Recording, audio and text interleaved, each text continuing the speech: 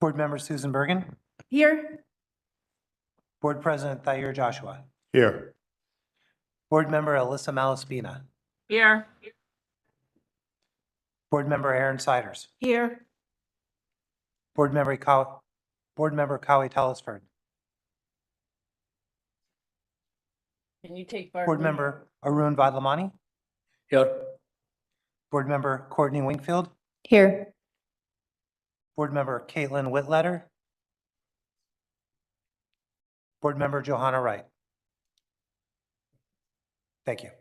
Thank you. Please take notice that adequate notice of this meeting has been provided in the following manner. Written notice was sent from the Office of the Secretary of the Board at 7:30 p.m. on June 27th, and said notice was also sent via email to Maplewood and South Orange Village Township clerks and the editors of the News Record, Star Ledger, and Village Green. Whereas while the Senator Byron M. Bear Open Public Meetings Act requires all meetings of the South Orange Maplewood Board of Education to be held in public, NJSA 10:4-12B sets forth 9 types of matters that may lawfully be discussed in executive session or closed session without the public permitted to attend. And whereas the board has determined that one issue is permitted by NJSA 10:4-12B to be discussed without the public in attendance and shall be discussed during executive session to be held today, Thursday, November 17th, 2022 at 6:30 p.m. And whereas the exceptions to the Open Public Meetings Act set forth in NJSA 10:2-4B listed below regarding student confidentiality, student records, personnel, and legal. Whereas the length of the closed session is estimated to be 60 minutes, and where in which the public of the board shall reconvene and proceed with business where formal action will be taken. Now, therefore, be it resolved that the South Orange Maplewood Board of Education will go into executive session for the above stated reasons only, and be it further resolved that the board hereby declares this discussion of the aforementioned subjects will be made public at a time when the public's interest in disclosure is greater than any privacy or governmental interest being protected from disclosure. May I have a second? Second. Thank you, Board Member Siders. All in favor? All right, that appears to be unanimous. Mr. Burnside, we're now adjourning to closed session.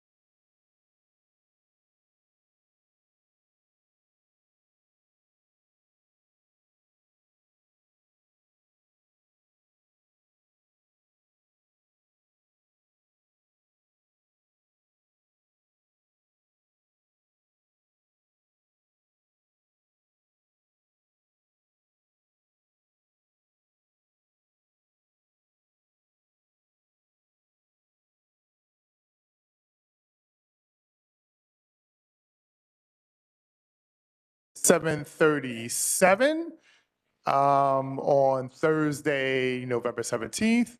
We are now rejoining public session. And with that, I will turn it over to Dr. Taylor. Who am I turning it over to? Is that Mr. Mano? That's not Mr. Mano. Who is it? I'm now turning it over to Mr. Bauer. Yeah, you're up.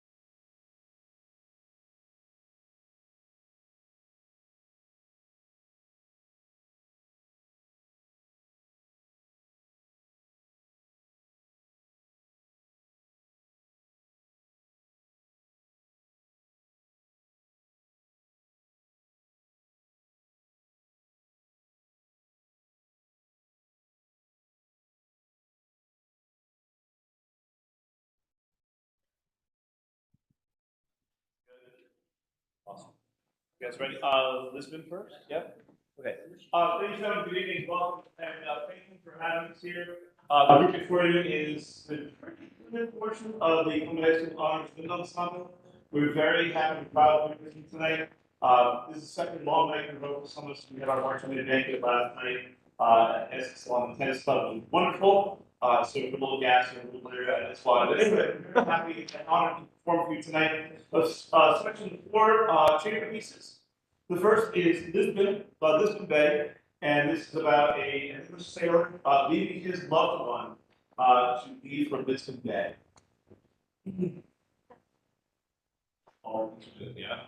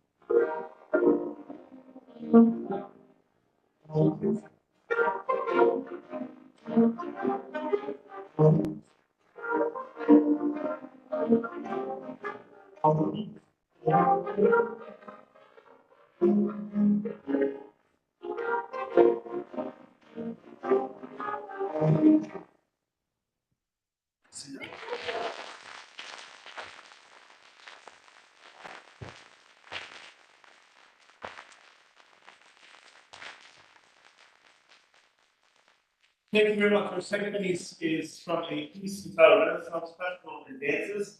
It has been used for, it might be familiar to you, the 16th century British folk tune.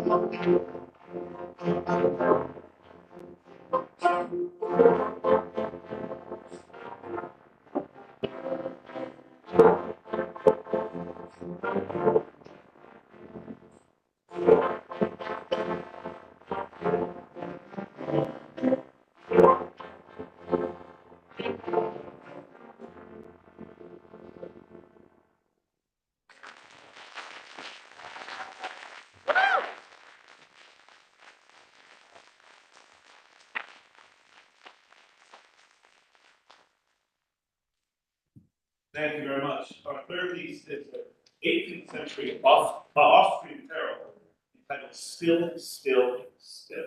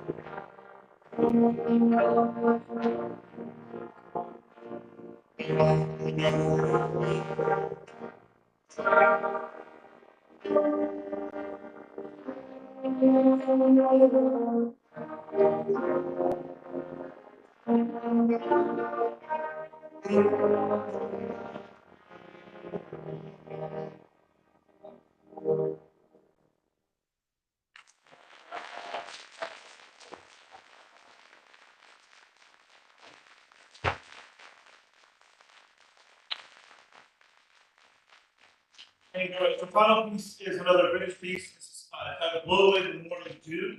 And if you're a fan of the British band music, you recognize this as the piece that Rachel will make use in his third movement of his English folk song suite. Blow Away the Morning Dew.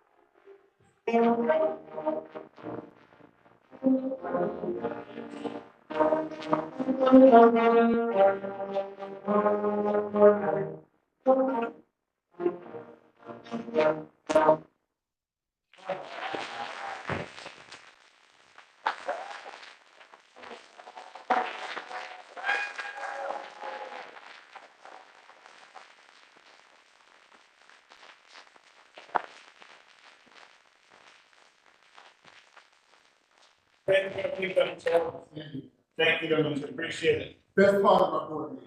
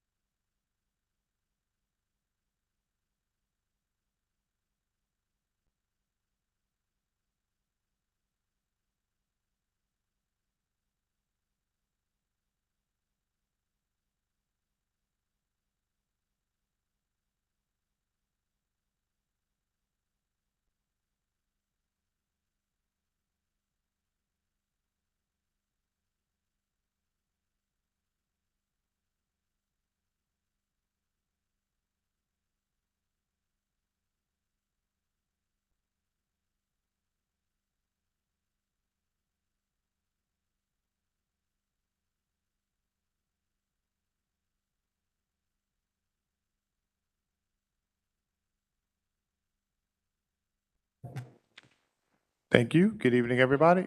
Please rise for the Pledge of Allegiance.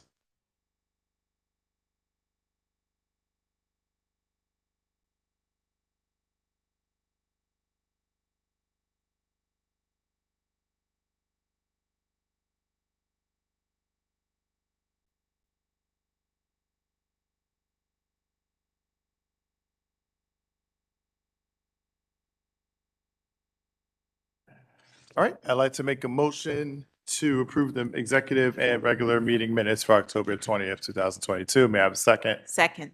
Thank you, Board Member Siders. All in favor? All right, that appears to be unanimous, Mr. Burnside. And Ms. Febres, I'm going to make, our student representative is about to read the board recognitions, and I'm going to ask him to go straight into his report. I need to formalize a motion or just go ahead? All right, I'm now going to turn it over to our student representative, Noah Morose, who will then read through board recognitions as well as the student representative report. Great, thank you. So we'll start with our student recognitions as we do every month. The first and only student recognition goes out to Ashley Fills Aim. Congratulations to CHS sophomore Ashley Fills Aim for being chosen as a Hobie leader. Since 1958, Hugh O'Brien Youth Leadership has provided transformative leadership development training that has positively impacted the lives of over 500,000 high school students around the world. Ashley was chosen as a CHS leader to attend this transformative experience of the Hobie State Leadership Seminar. Now moving on to our staff recognitions. The first one is from Maplewood Middle School Principal Dara Gurneau. Congratulations to MMS Principal Dara Garneau, who gained entrance into Cambiar Catalyst School Systems Fellowship. With Dr. Taylor's support, this school year she will engage with leaders across the country to learn best practices for school system leadership and implement an action impact project to benefit the larger school district community.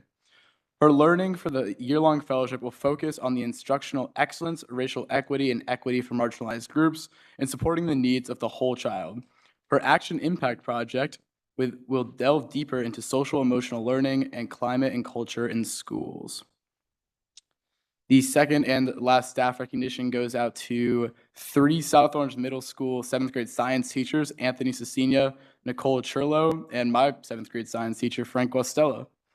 Congratulations to South Orange Middle School for being the first school in Essex County to attain river-friendly certification through a partnership with the Rahway River Watershed Association. Led by some 7th grade teachers, Mr. Anthony Cecilia, Ms. Nicole Churlo, and Mr. Frank Guastella, the River Friendly School program helps teachers, students, and school leaders reduce water pollution while creating new teaching opportunities, enhancing wildlife habitats, and establishing a healthier environment for our children. Certification is offered at several different levels based off points achieved through lessons and hands-on projects in any of the 4 river-friendly categories: water quality, water conservation, wildlife habitat, and education and outreach. Some 7th grade science teachers and SOMS administrators held a celebratory ceremony on Thursday, November 3rd, which concluded in the unveiling of a sign placed in front of South Orange Middle School, displaying recognition of this truly outstanding accomplishment. And that's it for our recognition, staff and student for the month. And we usually do this later, but I have a calc test very early in the morning. So we're going to be doing this month's student representative report now. So good evening, everybody. Happy November. And as our temperatures drop outside, our student activity in the district has only been heating up. This week, I had the opportunity to meet with the Maplewood Middle School Student Council under the leadership of Student Body President Charlie Fleischer and Advisor Ms. Kleinwax. It was so inspiring to see our student leaders' passion in the district, talking about issues ranging from adding more gender-neutral restrooms to MMS, all the way up to hydroponic farming. A 6th grader named Sam raised the topic of gender-neutral restrooms at MMS. I was lucky enough to have Principal Garneau walk me around the school and see just how far the restrooms were from the rest of the academic settings in the building. Tucked in a single wing of the school, far near the gym, it could take 10 minutes out of a student's class period to use the restroom, not only singling out our gender-neutral students, but also reducing their learning time in class. But I was really happy after talking with Dr. Taylor that the topic of gender-neutral restrooms will be at the forefront of building upgrades and discussions going forward, and I hope that continues to be the case in the following years. This group of students I met was not only passionate about certain social justice initiatives, but also were creative. I mentioned hydroponic farming, and they talked a lot about a grant that their advisor, Ms. Kleinwax, had applied for concerning hydroponic farming. And for those that aren't aware of what this is, it's basically growing plants, vegetables without the use of soil. They're usually stacked up and down to conserve space. But they talked very passionately about it, and they talked about using it as not only a learning tool, but also a way to implement more greens into the school cafeteria, which I thought was definitely something that was interesting and definitely something we talked about moving forward. And I want to thank Ms. Garneau and Ms. Kleinwax and the entire MMS Student Council for having me this week and trusting me to raise their concerns with Dr. Taylor and the board here tonight. But on a very similar topic of student concern is the proposed online safety tool, Gaggle. Vanessa and I recently had an in-depth conversation with Dr. Taylor about the potential use of Gaggle in our district, which I want to thank him for making the time for and answering the many questions that we did have around Gaggle. But my main concern pertains to the cost and effectiveness of Gaggle. From my understanding, based on our conversation with Dr. Taylor, Gaggle would monitor all items connected to Google's G Suite, including Google Docs, school email, etc. But according to public record requests, some school districts are paying upwards of $40,000 to $60,000 for Gaggle. A cost this steep for software that covers an area where a majority of our cyberbullying and intimidation isn't going on seems like we could be using that money in other places and have it be used more effectively. But I was happy to hear that Dr. Taylor assured both Vanessa and I that this process would be transparent with the community and the student body as it goes forward. So I was happy to talk about him with that, but I did want to raise not only the concerns that Vanessa and I have, but also many students in the district as well. But I want to quickly conclude by congratulating Columbia High School Student Council, who put on their annual volleyball tournament once again this year. We had tons of teams that included students, teachers, and even both of our local police departments, which it was funny to see the police department playing against high schoolers, but they didn't actually end up winning the tournament. A little bit surprising, but they did a great job. It was awesome to have them there. But I just want to say a quick thank you to everybody in this event possible, students, administrators, the student council, and especially Mr. Sanchez, who stayed there the entire night and then even stepped in to referee the final game that got pretty intense there. But that's really all for this month. Not a ton that went on. We had the break, but I just wanted to say thank you guys for giving me the floor and allowing me to represent student concerns in the district again. So if anybody has any questions, comments, or concerns, you can feel free to ask them here now or just send me an email or Vanessa an email on our student accounts. So thank you. Thank you, Student Representative Morose, and good luck on that exam tomorrow. I will now turn it over to Dr. Taylor for the superintendent's update. Thank you very much to our board president. Thank you again, Noah. I do enjoy our opportunities to talk and to really hear authentic student concerns. And I appreciate both you and Vanessa and your outreach to students, and you really are becoming a role model to them and about how to be involved with school district governance. So thank you again. Thank you to the folks who are in the public and those who are watching for giving a little bit of your evening to be a part of our regular Board of Education scheduled meetings. Before I begin my update, let's please just take a moment of silence in remembrance of Maplewood Police Chief Duvall.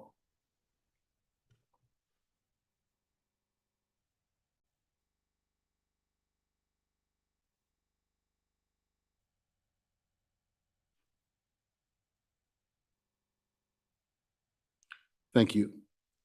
As I stated in our recent school district newsletter, the chief was a staunch supporter and faithful partner of our school district. As a proud alum of Columbia, he was always available to us day or night in support of the safety and security of our students and staff. He will be greatly missed. We as an administration and Board of Education are very happy to establish a new tradition this evening for our school district. Beginning with this meeting, we will formally recognize those individuals who have achieved tenure as educators in the school district of South Orange and Maplewood.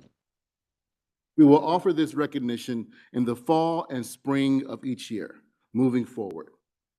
Thank you to our board for supporting this well-deserved recognition, and thank you to our HR Director, Ms. Robinson, and her team for carefully reviewing this information for this evening. For those who may not be aware, in the state of New Jersey, under the Teach NJ Act, the earning and keeping of tenure is linked to the results of a teacher or principal's annual summative evaluation. Effective August 6, 2012, teachers and principals and assistant principals must complete 4 years of employment to be eligible for tenure under the following evaluation requirements. To earn tenure, a new teacher must complete a district mentorship program during his or their first year of employment. After completion of this program, the teacher must be rated either effective or highly effective in 2 of the 3 subsequent years.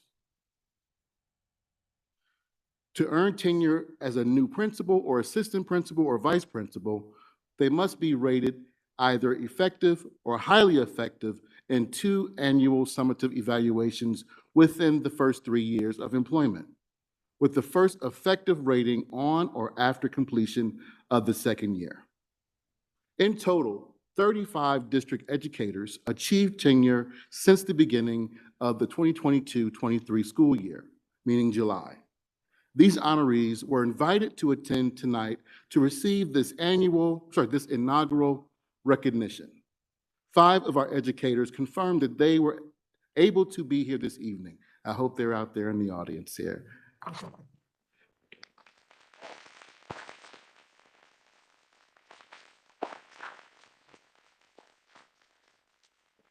I have to give my directions now. This is the teacher in me.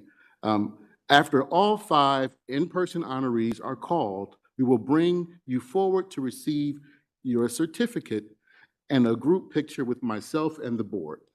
Of course, if you have family members present, you can also take this opportunity for an individual picture with them.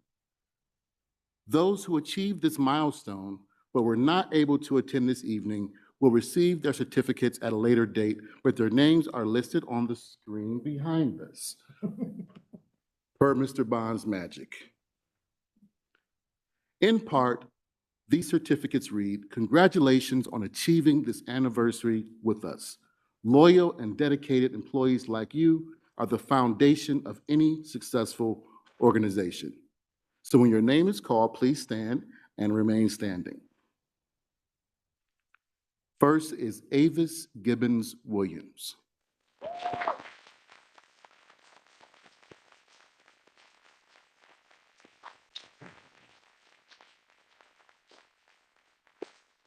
Next is Mark Kessler.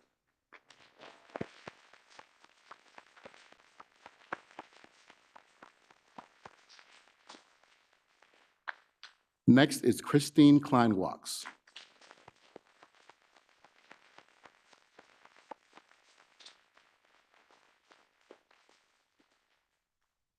If I screw this last name up, please forgive me. It's the head, not the heart. Nicholas Piccolo? Piccolo? Piccolo? There's 3 different ways that I said it, right? So one of those has to be right. No está aquí. All right. Nancy Sabato. All right.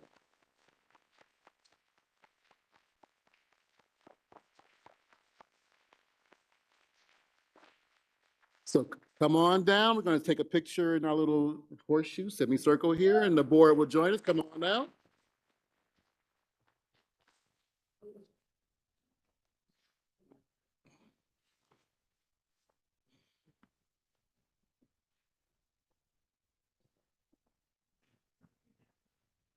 Thank you.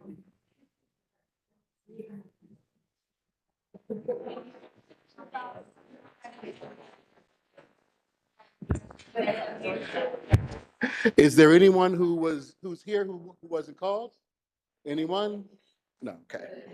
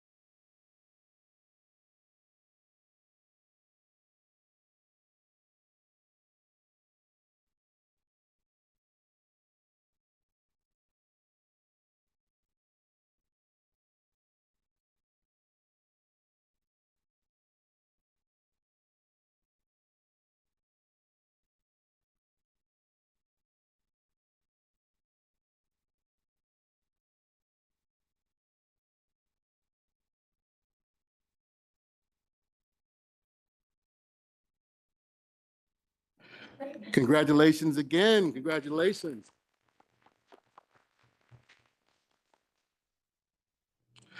Just a few more updates for everyone. As the holiday season approaches, please allow us to publicly acknowledge Native American/American Indian Heritage Month as we share these important and timely philanthropic community opportunities. This is all on our website and our newsletters, just reinforcing that Essex County Thanksgiving Emergency Food Distribution Event is taking place on this Friday at 9 a.m. 1,000 turkeys and holiday food boxes will be distributed to families in need. First come, first served. Please go to our website for more information.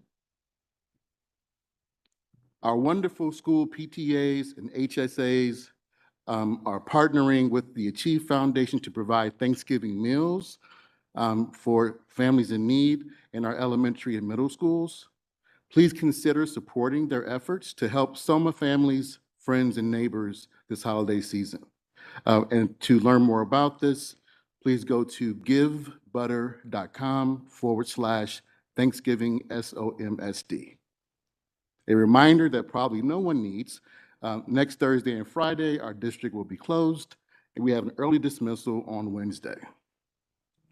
In other important updates, we are thrilled to share that the portable/temporary classrooms have been removed from Seth Boyden and Tuscan elementary schools, and those teachers and students now have brand new classrooms in their schools' expansions.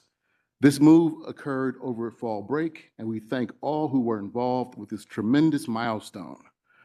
For those who may not be aware, these, air quotes, temporary spaces have been in place for more than a decade and were a major motivation for the approval and support of our $167 million construction project.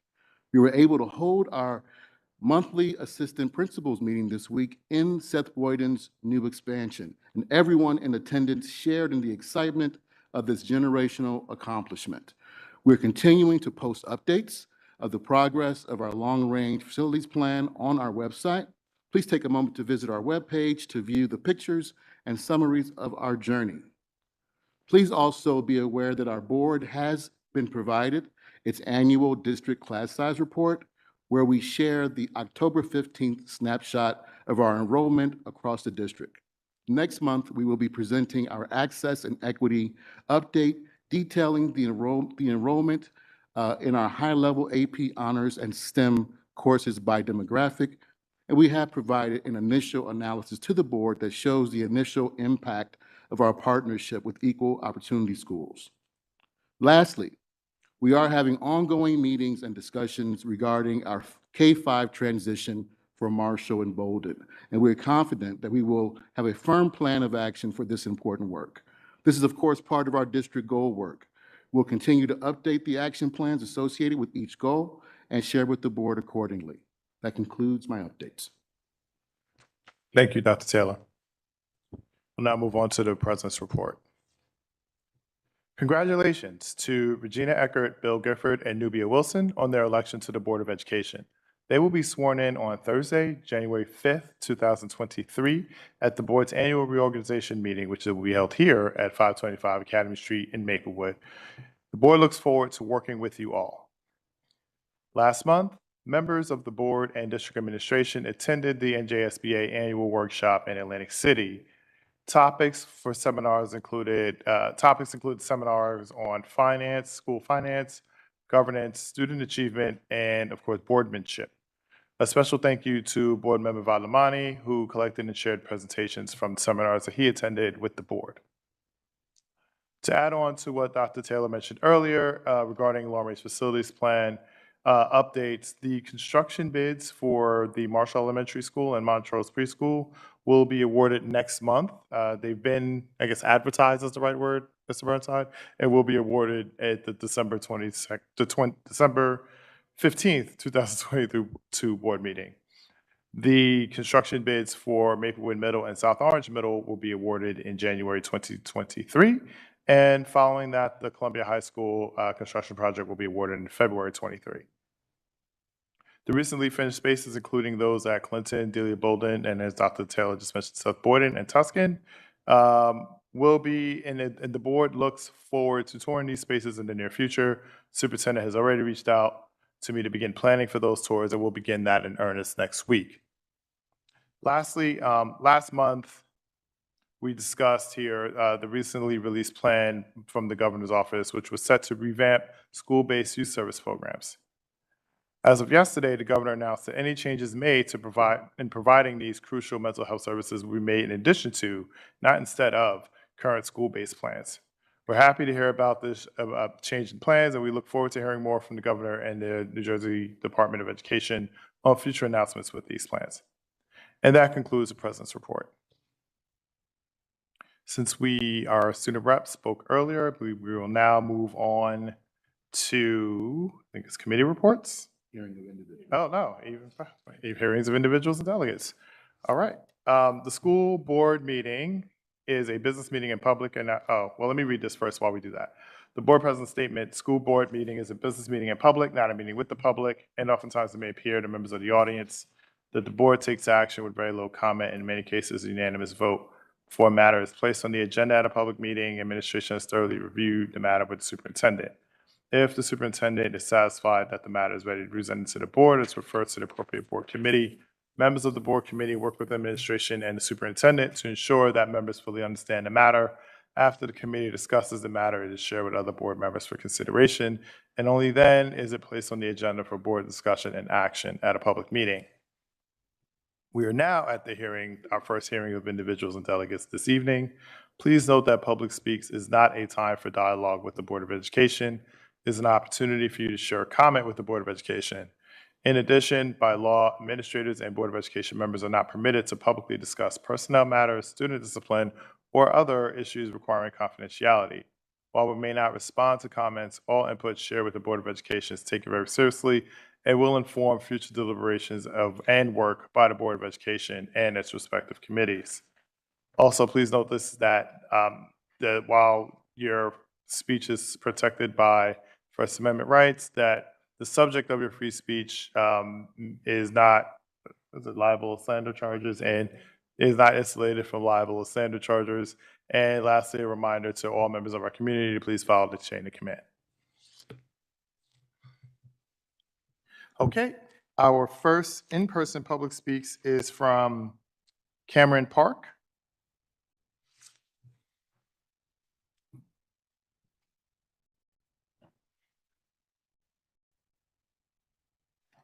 Good evening. I want to highlight some concerns teachers have.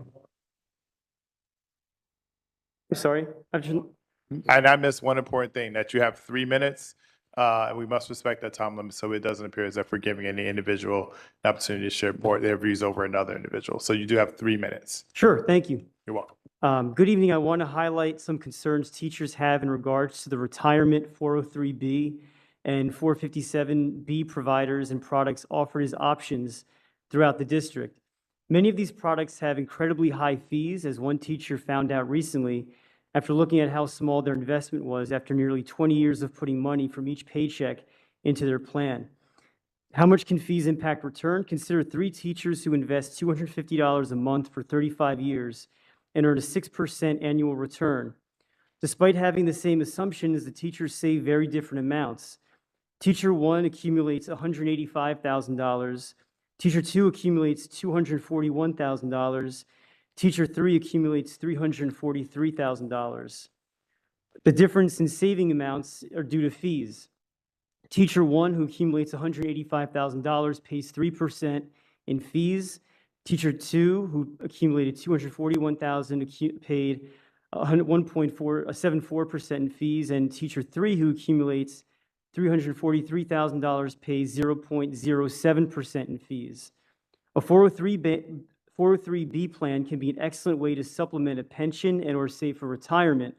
Unfortunately, most school districts only make available high-cost products sold by high-commission salespeople.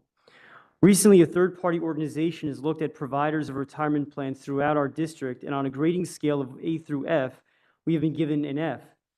This failure comes from the high fees, hidden fees, and surrender fees that accompany the providers and plans offered by our district.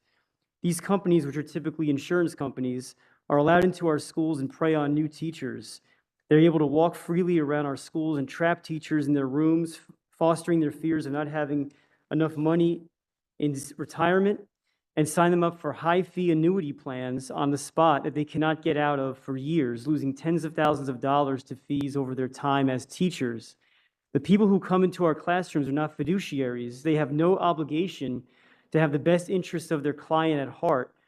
They're generally commissioned salespeople who provide no clarity or advice regarding the huge amount of fees these plans charge. The district could partner with a low-cost investment company like Vanguard or Fidelity Investments to be our 403B plan provider, which would allow teachers to choose quality, low-cost investment plans. It would also demonstrate to your teachers that their financial future is important to the district and that the district does not want its employees taken advantage of by high-fee annuity providers. Thank you so much. Thank you. Our next in-person public speaks is from Shari Griffin.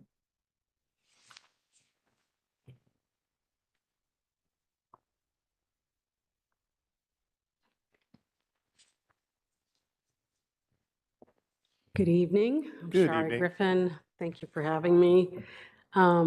This is the first board meeting that I've been to that was a regular board meeting, not one of the large-scale ones that I went to many years ago at South Orange Middle School Auditorium. So I'm here because I believe my daughter is on the agenda, one of the agenda items for HIB affirmation. And I'm really here to sort of begin to understand the process, because from what I understand, there's been an investigation. I should probably mention which case number, just for reference. Ms. Griffin, can I just pause you for 1 second? I want to protect you and your daughter's confidentiality. If you allow us to give our attorney respond, and we have our assistant soup who's responsible for HIBs, who can also speak to you privately to protect your family's confidentiality. Please, Ms. Feathers. Before you share any information that is confidential, I just wanted to know that you do have the right to ask for a private hearing before the board, where you can do so without the public hearing about your concerns regarding this particular child. So that's why we stopped you there, because we weren't sure if you were aware of that. So there are more private venues and opportunities for you to bring those concerns to the board and to the superintendent. And so I want you to have that opportunity to understand, consider that before proceeding to make a public statement about your child. Thank you. So then So we're not stopping you. We just wanted to let you know your rights and the different opportunities that you have. It's your choice if you want to continue, but wanted to just give you that So information. I will choose not to continue and would like to request a private hearing when. So Dr. Gilbert is right behind you, the gentleman, the dapper gentleman back there, and he can give you some guidance on our next steps, okay? Okay, thank you. Thank you. Thank you.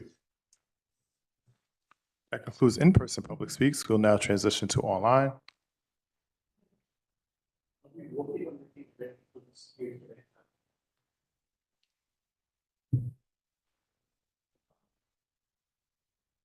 Yes, please.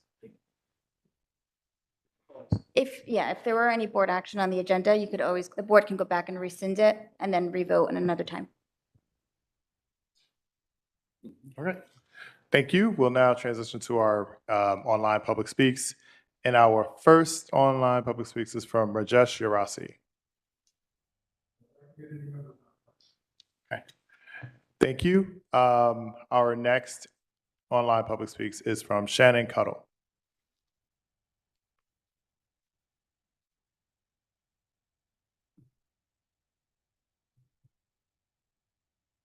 Can you hear me? Yes, we can. You have 3 minutes. Okay. Thank you to the Board of Ed. And I just want to acknowledge that this week is Transgender Awareness Month and nationally, and the importance of that. Previously in my time in my board, even before that, I made sure that we advocated for this. It's very important to ensure that we are advocating and supporting our trans and non-binary students, staff, and families. And wanted to invite all of the BOE members currently now and elect to join the Transgender Day of Remembrance on November 20th, 2022 at 5:30 p.m. outside of Newark YMCA on Broad Street. We annually do an awareness campaign. This year, we're remembering Ashley Moore, also a transgender person who had passed. But this is also supported by New Jersey Pride, Out Montclair, Soma Justice, the Newark Pride Center, and so many other groups. It's important that we raise awareness. So I just wanted to invite you all to that this weekend as we support Transgender Awareness Week. And additionally, I also acknowledge that there are a lot of challenges that trans and non-binary persons are experiencing across the country right now, and how we need to be able to uplift and stand up to that, not just with our local BOEs, but also with our libraries and other facilities right now. And with that in mind, I would be remiss to also not say that ensuring that platforms such as that use, shall I say, online platforms that use student information that would, like Gaggle and others, would be remiss with the fact that we had made a commitment to support LGBT students and families, and that when I was on the board, we also supported the fact that we would not put students at risk, and would really implore us to continue to look at the fact that students' safety is at the front and not even part of third-party vendors. So thank you so much. Thank you. Our next our next online public speaks is from Jeffrey Bennett.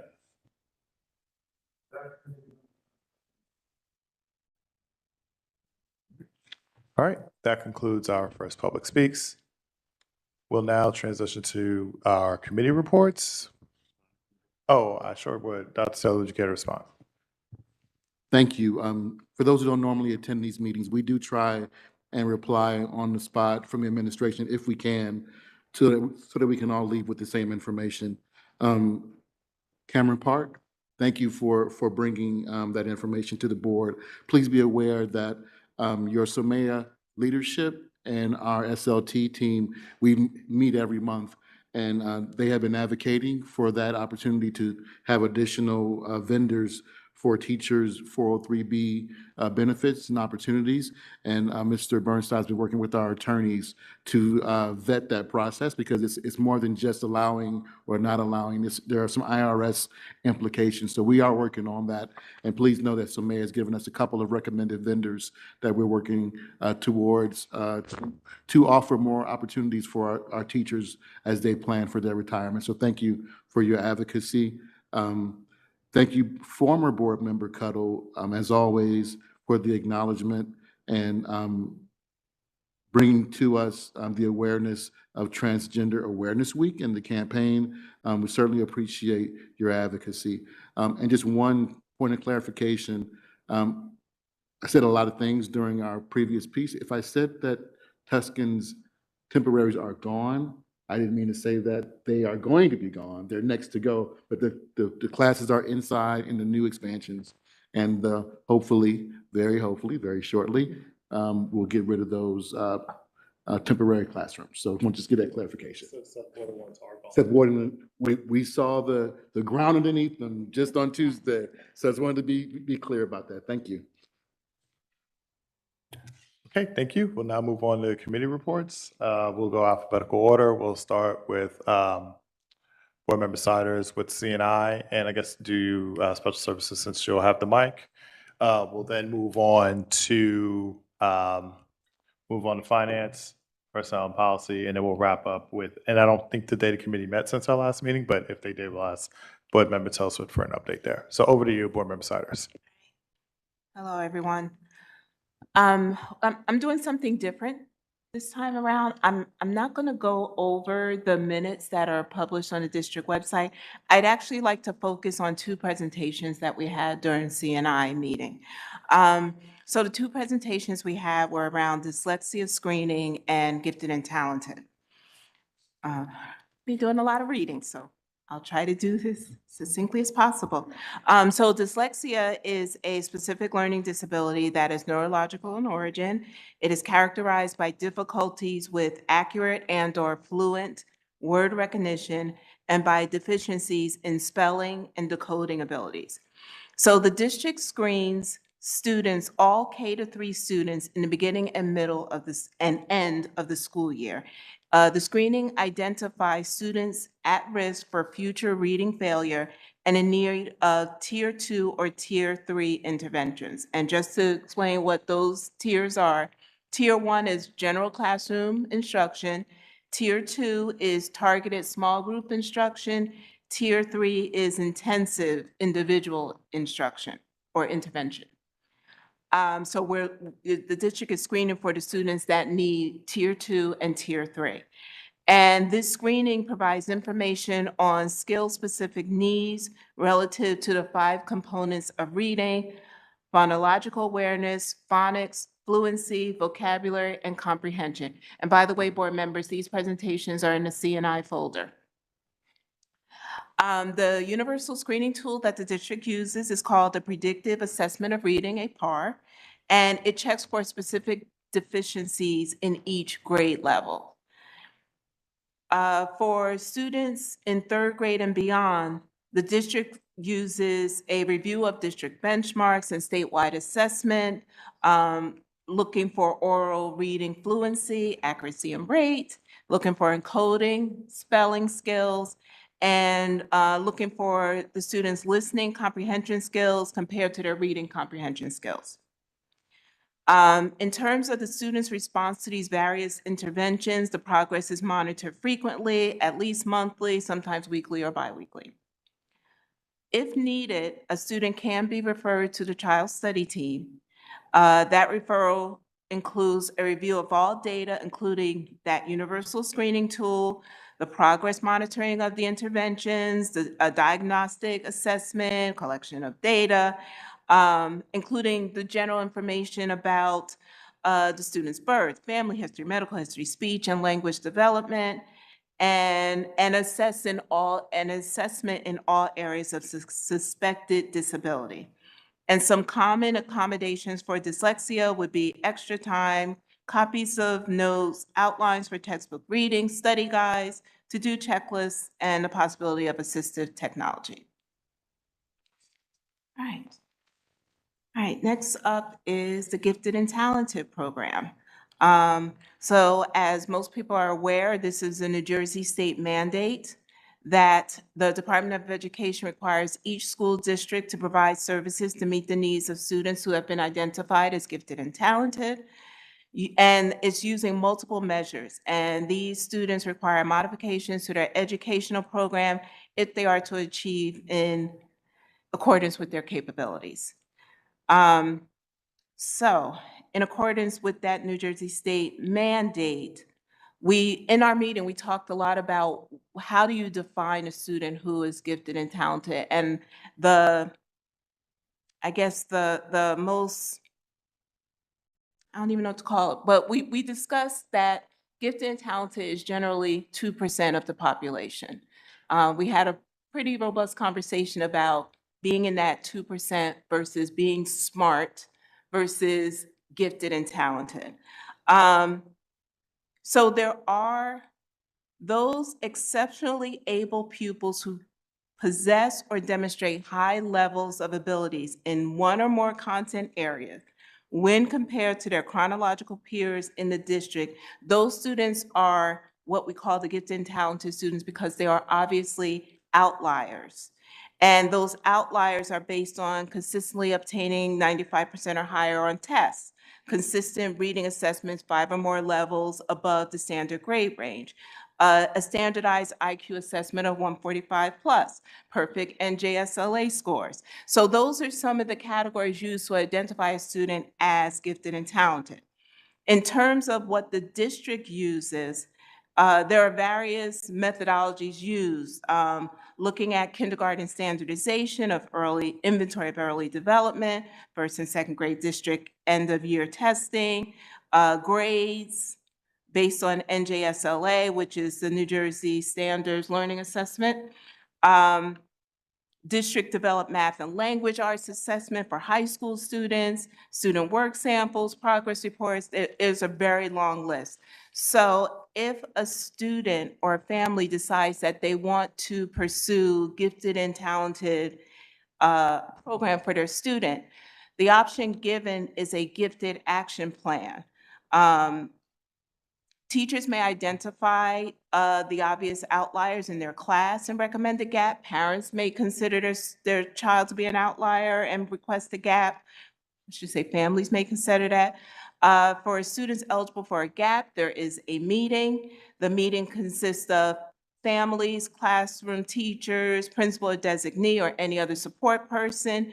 During that gap meeting, the following issues are discussed and documented: students' areas of exceptional strength, students' areas of weakness or need, any recommended strategies and modifications, and just a list of contact people and review date.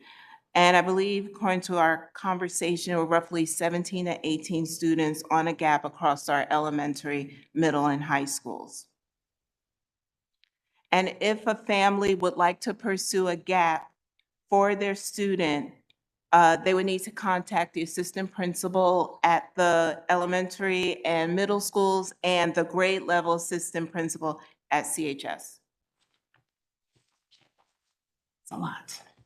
All right, next up. So one other thing I'd like to just touch on in terms of what we discussed at CNI, I don't even think I said, our CNI meeting was November 1st. We also had a conversation about Teachers College. And for those not familiar with Teachers College, it is the curriculum that is based out of Teachers College at Columbia University that the district uses to teach reading and writing instruction. Or rather, it focuses on reading and writing instruction. There's a lot of criticism about Teachers College in the community. Probably what I hear the most is that it doesn't teach grammar, it doesn't teach phonics. Teachers College philosophy is that the grammar and the phonics will be reinforced via teaching students how to write. So there is a lot of, I guess, negative publicity about Teachers College in our community. And so the CNI committee was thinking that it would probably be good for, maybe it's a future board meeting, a town hall, an ELA night, to talk about Teachers College, explain how the district supplements some of those deficiencies by having phonics and spelling and grammar instruction outside of the Teachers College curriculum, and just to educate the community on how we are providing instruction on English language arts. All right. All right. Next up is our Special Education Ad Hoc Committee, which met on October 27th. Once again, I believe I sent this information over to the board members today. The agenda was we talked about INRS data, including providing a breakdown of students that are in the INRS process, which is the intervention and referral services process. But we provided a breakdown of students who are in the INRS process by school. We also talked about out-of-district placement data. We provide a breakdown by race, by gender, just to see, and also by grade, just to see at what point do we place students in out-of-district schools versus keeping them in-house. And I think further conversation is needed around, what are the trends? Is there something that we're seeing? Is there a certain point where students are recommended to go out of district? And how can we build that capacity in-house to not only service those students, but any other students that we have in the district who may benefit from bringing some of that teaching and learning in-house. We also talked about the connectivity between parents and paraprofessionals. We know that's that's always been a hot topic in our district, especially around in our CPAC community. And it's a complex issue because the paraprofessional, the teacher is the person in charge of the classroom responsible for the student. And so while the paraprofessional may be working with the student, really any information about what's going on in the classroom really should come from the teacher. So it's kind of a fine tightrope in terms of wanting to get that feedback from the paraprofessional, but actually making sure that parents understand the teacher should be able to provide any kind of feedback that you need or want regarding what's going on in that classroom with your student. All right. We also discussed special education policy. So there are two policies in particular I'm thinking of. We have one policy, that's the general policy on special education. There's also a policy on 504 accommodations. And the committee is thinking that we would want to review those policies probably in the upcoming year. And just to make sure those policies align with the practices of special services in our district and making sure that we don't have any gaps and everything is up to date. Also, the board members on the Special Services Committee did meet with some representatives from CPAC prior to our meeting, just to have a conversation about what's going on with CPAC, what are they hearing from families. Some of the feedback that we heard is just that CPAC is trying to support the administration and teachers, and they're available to and willing to do any and everything that they can to help our students in our community be successful. And I'm just jumping around here. One particular feedback that they gave us was around our student achievement goal. And I think it's feedback that we've heard before, that the student achievement goal doesn't seem to focus on elementary, that it is focusing more at, I want to say, the secondary and the high school level. And I would like to take that feedback back to our next CNI meeting as we look at the action plan for the student achievement goal and see if there are any tweaks and things that we need to make with that. And I want to say there was more feedback, but I'm not going to get into that. But our next two meetings are November 29th, we're meeting, and then December 13th, we are meeting. Any questions? Yes. Yes. Oh, let's see, Board Member Malaspina and then Valamani. Hi, the information that you were talking about, is that data that you were hoping to get in the future, or is that data that you have already gotten? I was a little confused by that. I'm sorry, which part of? So like the special education, like the breakdown of students who, for out of district placement and INRS, have you been given that information yet? Or is Yes, that the breakdown of students. My God, but the breakdown of students in the out-of-district placement is in the minutes. I don't see it in the minutes. Are you looking at the October 27th? I'm minutes? looking, I sent two. maybe us, thank you. Yeah. I didn't, thank you, I got. It's in there, got it. Thank you, now I see it, thank you. Thank you, Board Member Valamani. You And then Board mentioned a Member Whitletter. number which I did not hear properly. The number of students in the gifted and talented program, is that 17 or 70? 17. 17. It was either 17 or 18. Okay, no, which is fine. Thank you, Board Member Whitletter.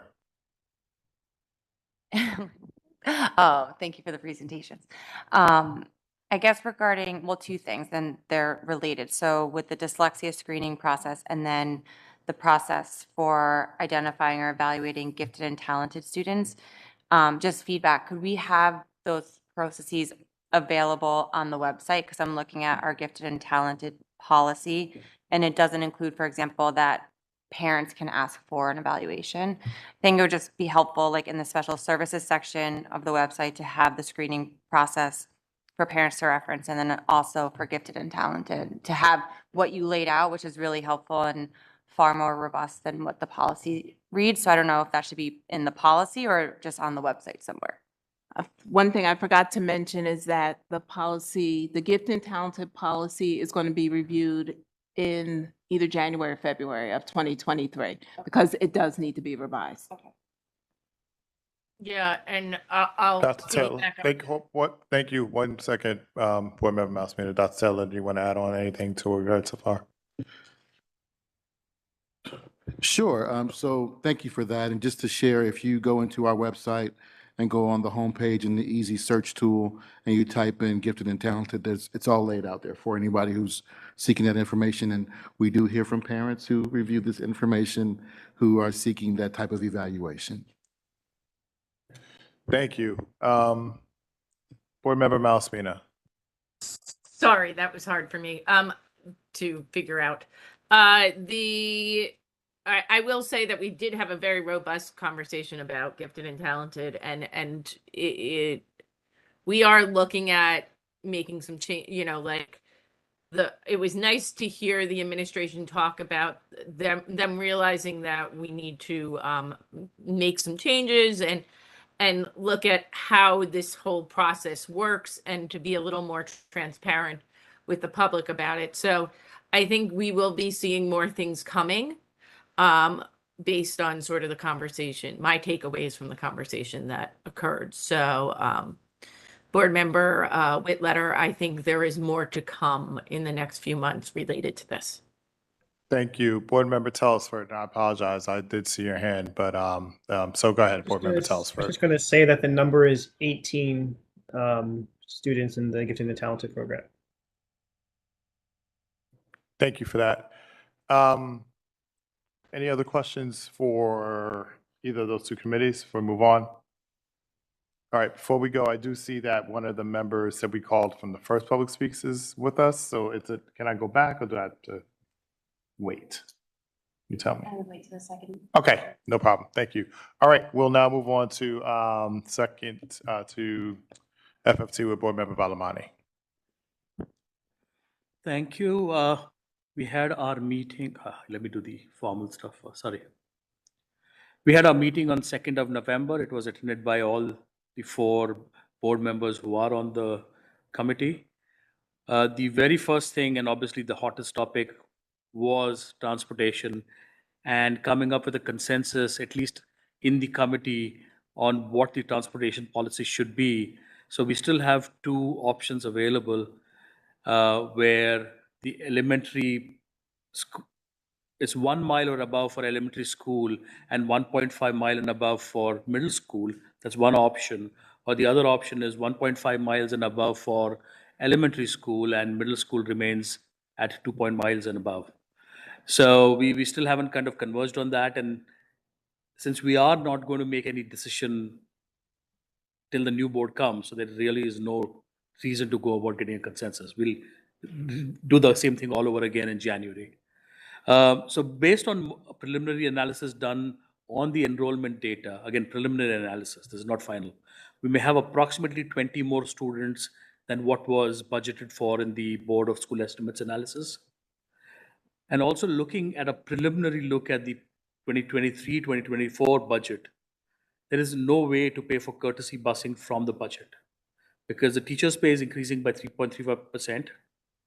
The OOD tuition for special education could be going up by at least $1 million. And some healthcare costs, as we've heard about before, are going up by 24%. So that basically means that we will have to, at some point, go back to the Board of School Estimates for, with the proposal. And I just wanted to give you a quick update on the timeline that we're looking at. And again, I want to clarify, all of this is only for the next school year. This is for 2023-2024 school year. So first, we need to have the transportation policy needs to be ready for first read approximately by January. We'll do a preliminary budget, will be read in approximately in February. And so we should be looking to invite the Board of School Estimates in March. So that's kind of the timeline that we have for transportation. The next up is construction update. So the one of the questions that came up from the board members was how much of the overage that we have for long range facilities plan has already been used. So what was allocated was about 16.6 million, of which we have used up 8.5 million. Oh, I'm sorry, 8.5 million remains. So 16.8 doesn't matter. Then again, echoing Dr. Taylor's comment on during the fall break, the teachers at Seth Boyden and Tuscan moved into new additions. I mean, mine was in the past, talking about the future, and his is already done, so that's great. Health insurance broker, we're switching to a new one. We'll save about 25K out there. We had discussion on the Underhill field lights. So all the lights there are under warranty, and we replaced many of them there. And what's going to happen also is that the police and the fire department will have access to turn the lights on their own.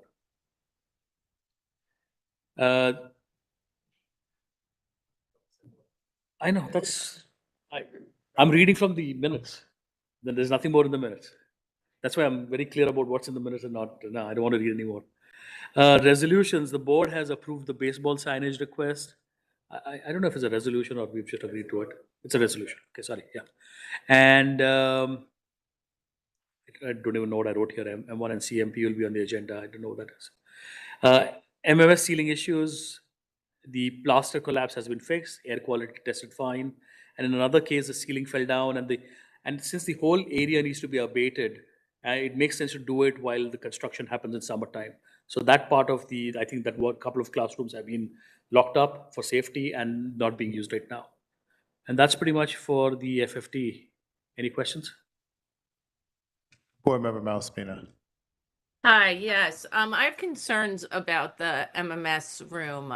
It is my understanding that it is because we are not doing the abatement now, we are move that class into the library, making the library not a fully functional space for classes and for students' use. And that is greatly concerning to me that is occurring. I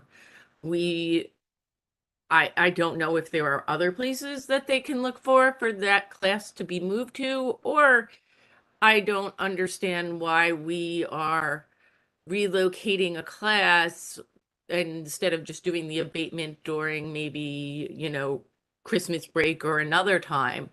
And also, did we let the parents know that the full reason as to why we are not doing this? I'm confused as to what the parents understood as to why we moved this class. Thank you. Dr. Taylor, care to respond? Sure. So as Board Member Vadlamani shared, and as Mr. Burnside shared during our committee meeting, we did not take this decision lightly. And in a similar instance, repairs that could be made were made, and that room was put back into operation. In this case, it just simply cannot. It's too dangerous to do that type of work while students are present. And we have our bid going out, and the work that's going to be happening during the summer in the project for MMS is closely associated with the damage that's there from just, again, the wear and tear of the building. We cannot use that space. I trust the administration that's on site there, the principal and her team, to make the best decisions of their building, their staff, and their students on how to adjust. And they have been communicating with the parents. We've been supporting that communication. Thank you. Any other questions? Okay, go ahead, Board Member Vadlamani. And just to add, I mean, there are two documents that will be attached to the minutes. One's going to be the bid schedule for the elementary schools and the middle school. And then the other one is going to be the referendum budget.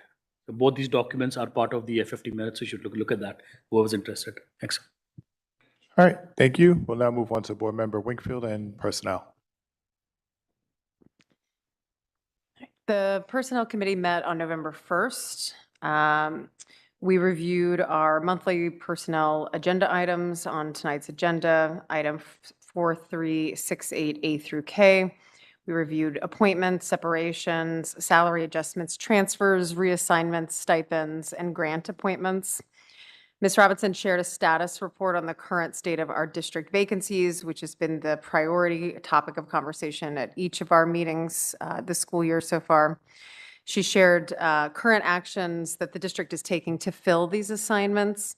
The district has collaborated with local colleges seeking viable candidates.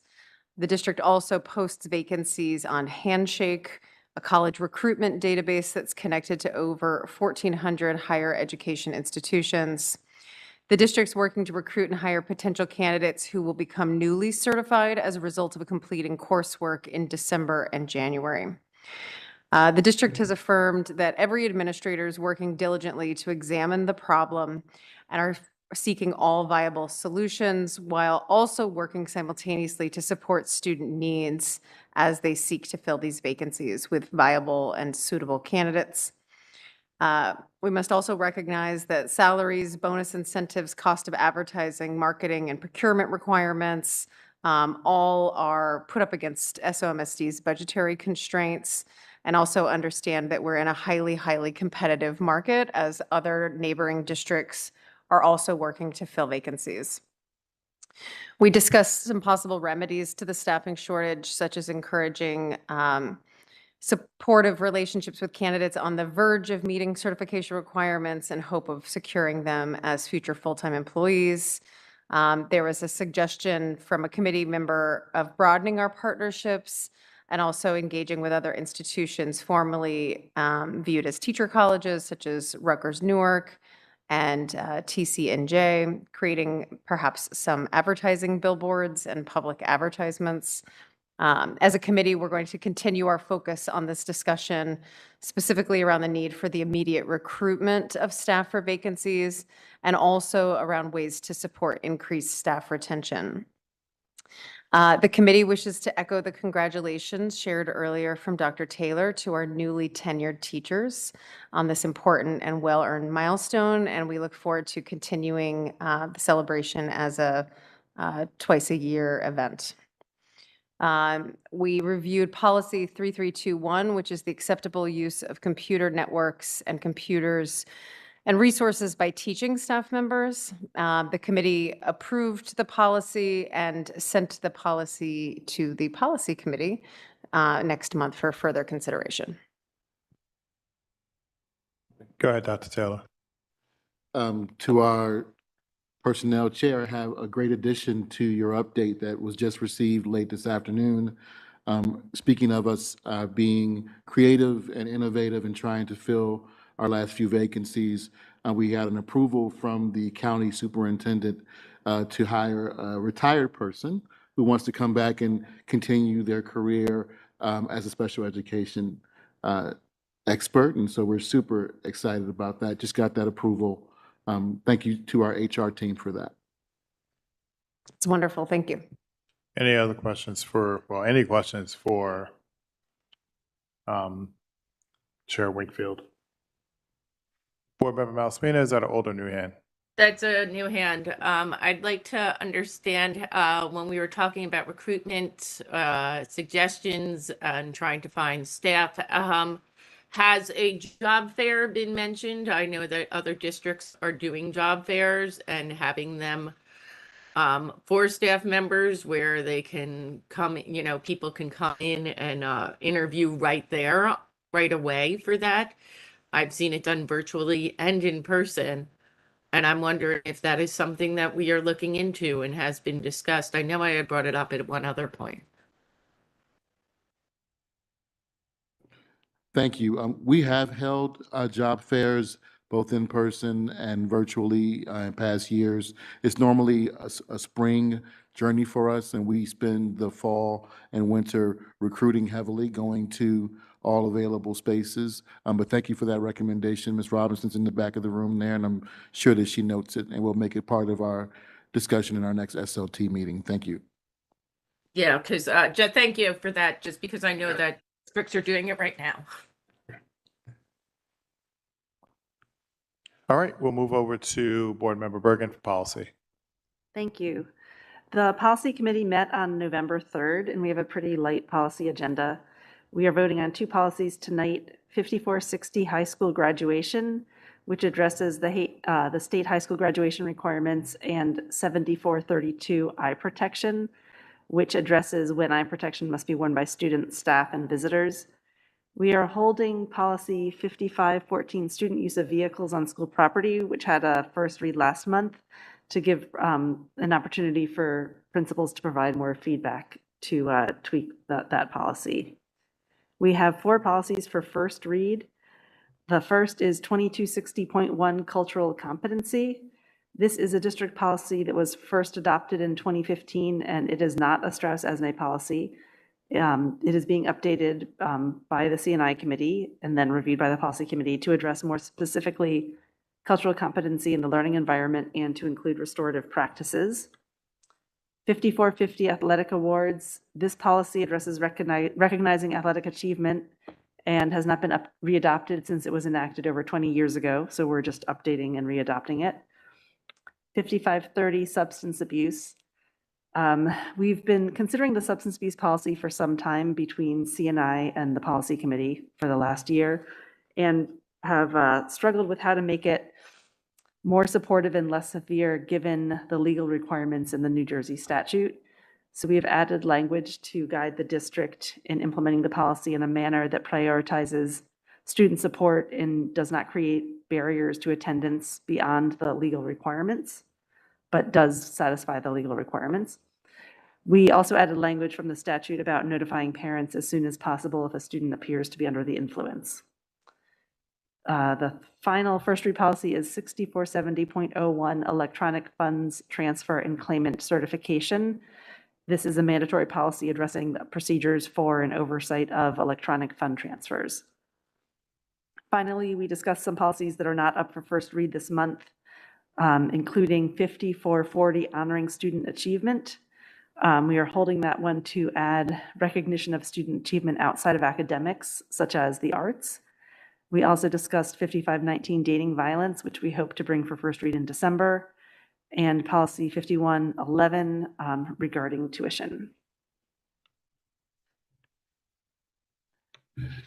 Thank you, Chair Bergen. Just to add for the board's FYI that our principals, we had a conversation about the vehicles, student vehicles on the premises policy. We also have given them a survey regarding the number of bike racks that they need, and we'll be inserting those names of schools where it's safe for students to ride their bicycles into that policy for your consideration for December. Thank you. Great, thank you. Any questions for Board Member Bergen? Board Member Mouseman, is that an old or new hand? Old hand. Okay. All right, thank you. Board Member Telford, I don't recall off the top of my head if the data committee met since our last board meeting. We did not meet. Okay. Given the first week was kind of stacked with standing committees, and then we had the fall break. Yep. We did not meet this month, but we will meet next month. Great, thank you. We'll now move on to the action portion of the meeting. I'll turn it over to Dr. Taylor. Thank you to our board president. Are there any agenda items that need to be I settled? have this. 4368G. G6. 4368G6 is the only item that needs to be severed, just confirming with our board. Yes. Hearing none, seeing none, thank you. Board members, I move forward for your consideration resolutions 4368 through 4376, excluding 4368G6. May I have a second? Second. Thank you, Board Member Siders. All in favor? That appears to be unanimous, Mr. Burnside. We're now in discussion for the above mentioned items. All right, seeing no discussion, close discussion. Mr. Burnside, can you please call the roll on resolutions 4368 through 4376, with the exception of 4368G6? Board Member Bergen, Yes. Board President Joshua, Yes. Board Member Malaspina, Yes. Board Member Siders, Yes. Board Member Telesford, Yes. Board Member Vadlamani, Yes. Board Member Wingfield, Yes. Board Member Whitletter, Yes. Board Member Wright. Yes. Motion's passed. Thank you.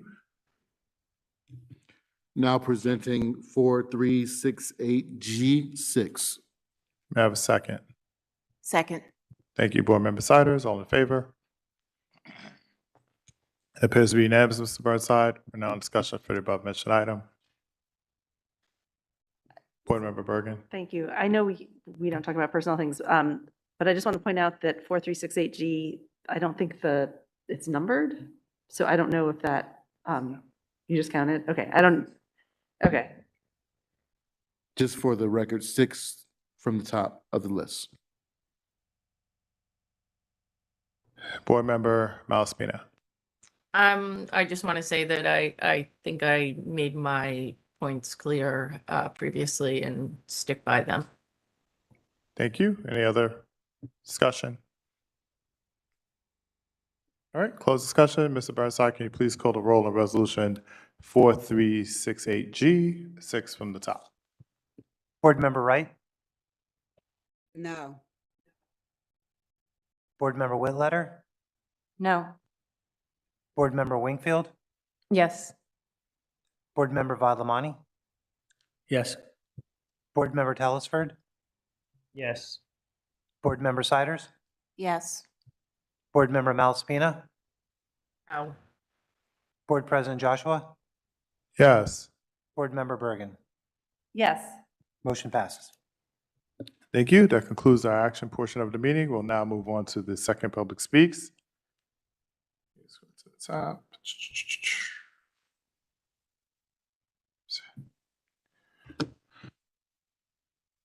Please note that public speaks is not a time for dialogue with the board. It is an opportunity for you to share a comment with the Board of Education. In addition, by law, administrators and Board of Education members are not permitted to publicly disclose personnel matters, student discipline, or other issues regarding confidentiality.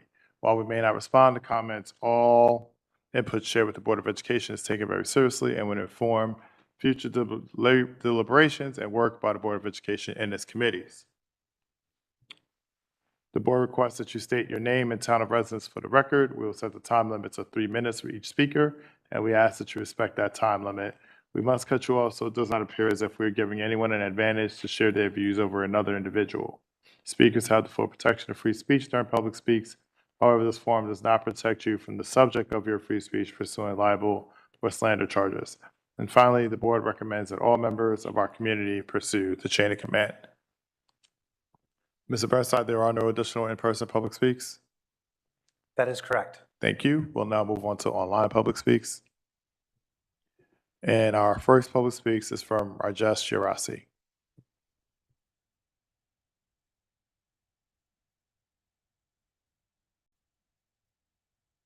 Yes, hi, can you hear me? Yes, we can, sir. You have 3 minutes.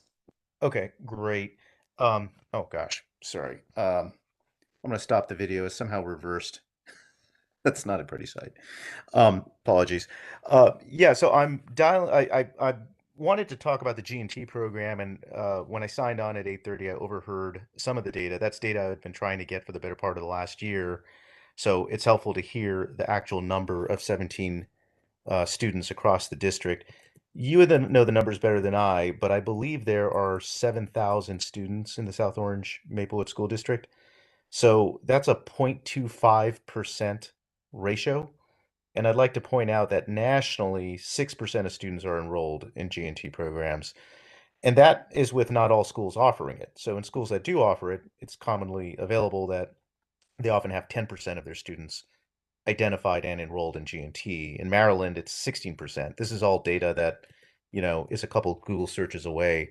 So I don't think that this is a real G&T program. And in conversations with the former assistant superintendent, Dr. Friedman, I've had extensive conversations with him and others in the administration. I think everyone recognizes that, to be honest. And it's quite frankly the law in the state. I've actually discussed this with folks at the New Jersey DOV and described what's happening. And they were quite clear that the exam and the program can't be ersatz. They have to be real. And it can't be an exam that weeds out so many students that you have 0.25% in the program. It just doesn't pass the smell test. So it's frustrating to me as a parent. I'll give my personal experience and then I'll wrap it up. I have two children. They're both in Marshall. The principal there is great. She went through G&T herself, as I did, and we both loved it. It's kind of my main memory from elementary school. My kids are average on everything but gifted in math for whatever reason. Isaac, my eldest, when he had started first grade, we asked for the gap assessment. He had to score over a 90% on an end of second year exam to be bumped up one grade in math. And the questions were written for people who had done 2 years of schooling. So there were words he just didn't understand. I mean, he could do the math, he just didn't understand the vocabulary. So it was a very badly designed assessment. I'd be interested in what percent actually passed this assessment. But in any case, I think 0.25% of the students, it doesn't even work. Like if you're completely missing out on any communal aspect, that's a worse educational experience. So look, I know that I'll address the elephant in the room and then I'll wrap up. I know there are racial sensitivities, but first off, all the black kids I know seem super smart and switched on. So I don't know that we should assume that people of color are going to do less well in this program. And secondly, there's such a high representation. I would submit that we're doing a disservice nationally if that's the attitude, because we probably raise the national average. So anyhow, that's what I wanted to say. I need a written response to take this further. Appreciate it. Thank you. Thank you. Our next online public speaks is from Jeffrey Bennett.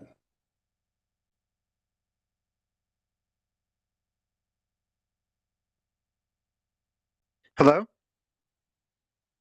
Hi, we can hear you. You have 3 minutes. I'm here yet again to appeal to the BOE to help more kids who are in trouble getting to school right now because of the lack of busing. Many families, including mine, have high stress and/or additional expenses because their kids are at a distant yet sub 2.0 mile school. Kids whose parents can't drive them must walk or bike to school themselves at added risk. As autumn has set in and roads narrow due to giant piles of leaves, drop-off has become worse at various schools. As winter sets in, things are going to get even worse. One of the BOE's justifications for not providing more busing is that it would be inequitable to provide a bus to some kids, but not all kids at the same distance. This is a real issue, but there is a solution. You can offer a parental transportation contract if there's some child who is so isolated that they can't be offered a bus. Second, it is legally possible to provide busing to some kids, not others. It's what the hazardous route designation is for. Many of these kids who are at long distances are also along routes that would require, some risk, like walking on Springfield Avenue, Valley Street, or Parker Street. I also ask you to consider there's inequality of need in the first place. There are some kids who don't have an adult to drive them. There are some families who have kids at 2 different elementary schools. There are some kids who are very, very close to being at 2.0 miles too. So you can find a fair solution. On a separate but related topic, I also appeal to you to create a new FAQ on how the III works. I think that there are a lot of misunderstandings circulating in the community about this. Many people think there's a proximity weight. So the closer a kid is to a school, the more likely he or she is to be sent there. But that's not how it works. What matters is which school you're closest to, not how close you are to a school, because of how the system works by assigning children a random number and then placing them at the school that's close to them that has an opening at their diversity tier. I also ask you to clarify how micro-neighborhoods are used for classifying kids socioeconomically and not for placement. I also ask you to clarify how each school's demographics must fall within plus or minus 5%. I think that's important because it's a misunderstanding of how potentially controlled choice would work. And people say it's segregative, but nobody's saying that the um, variance between the schools should be changed. I also ask you to consider using the word lottery because it more accurately conveys that there's an element of randomness in this. Cambridge and Berkeley use the word lottery. Thank you very much. I hope I haven't spoken too quickly. Thank you. And that concludes our second public speaks. Dr. Taylor, care to respond? Sure, just very briefly, thank you for following up around the topic of gifted and talented. The one thing that I would want to emphasize, without going into a full-blown gifted and talented conversation here, is that removing a student from their least restrictive environment is a very significant decision for school districts to make. That is why for many school districts, determining if a student is being negatively impacted by their classroom assignment or their course assignment is such a big deal. And that's why, you know, again, being given an assessment where it's written 2 years ahead of where you are, that's how significant that decision is, because we want our teachers to differentiate within their classroom. We know that it adds to everyone's instructional opportunities when students of various levels have the chance to talk, work together, and learn together. And also, just so that we can all leave with the same information, please remember that we do offer high-level math courses beginning in middle school. We have students who are taking math courses 2 and 3 years above their grade levels in middle school. And of course, our AP courses and many honors courses that are available at our high school.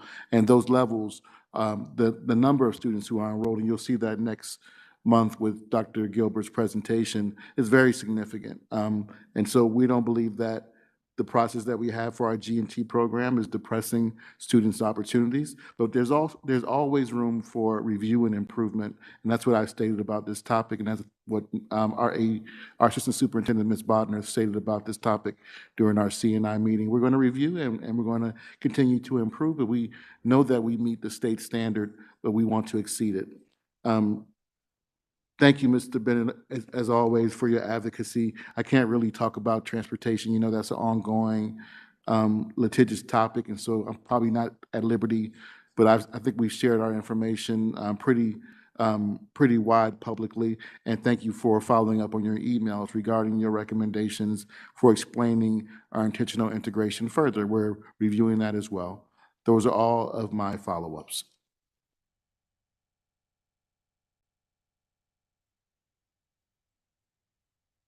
Okay, thank you.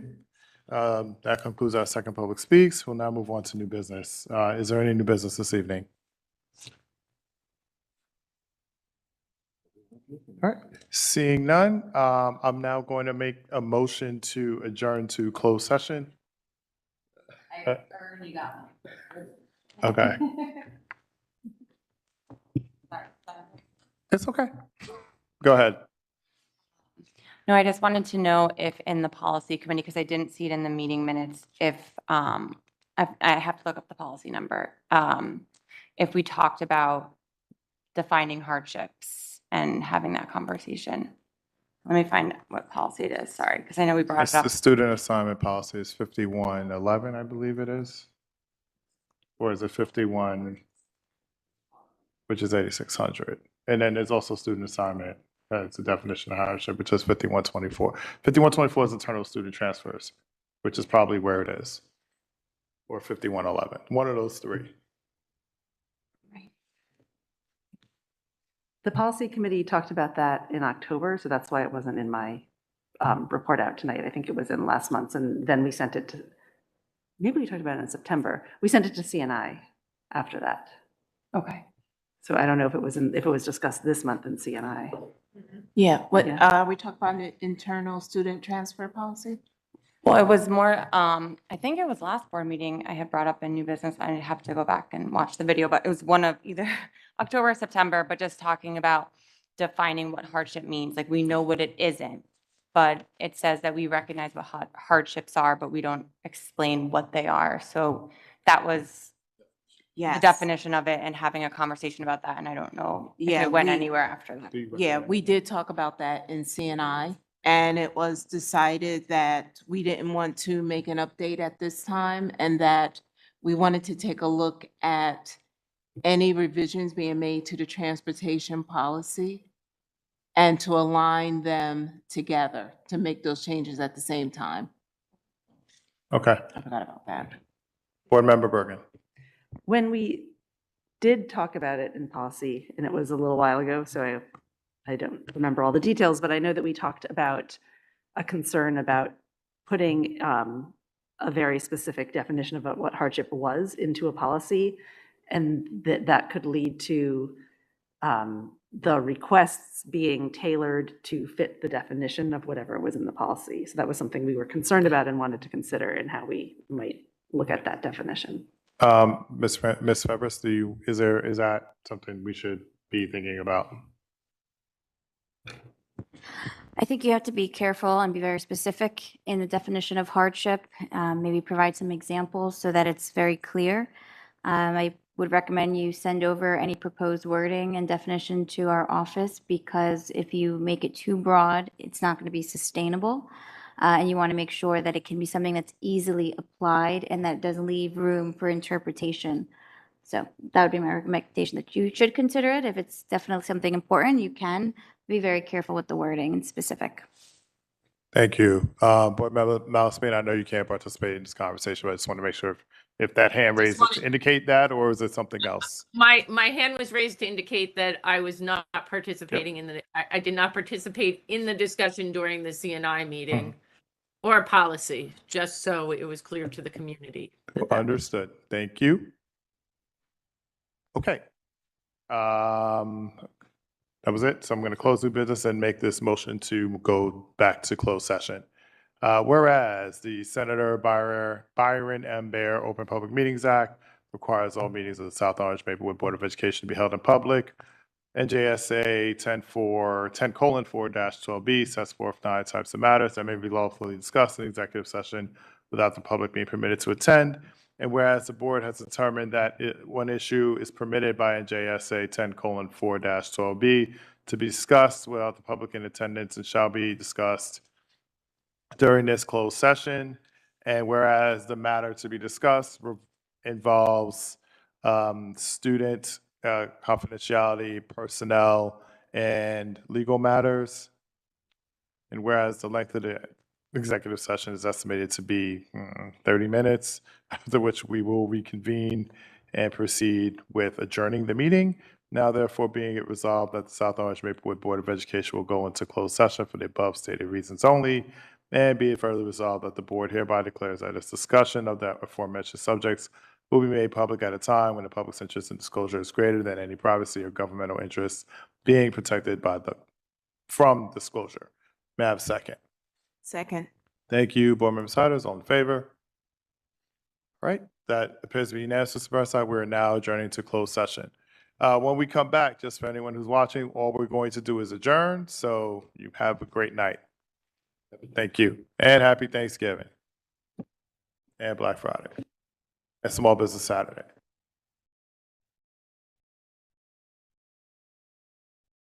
Board members virtually use the same link as before. Thank you.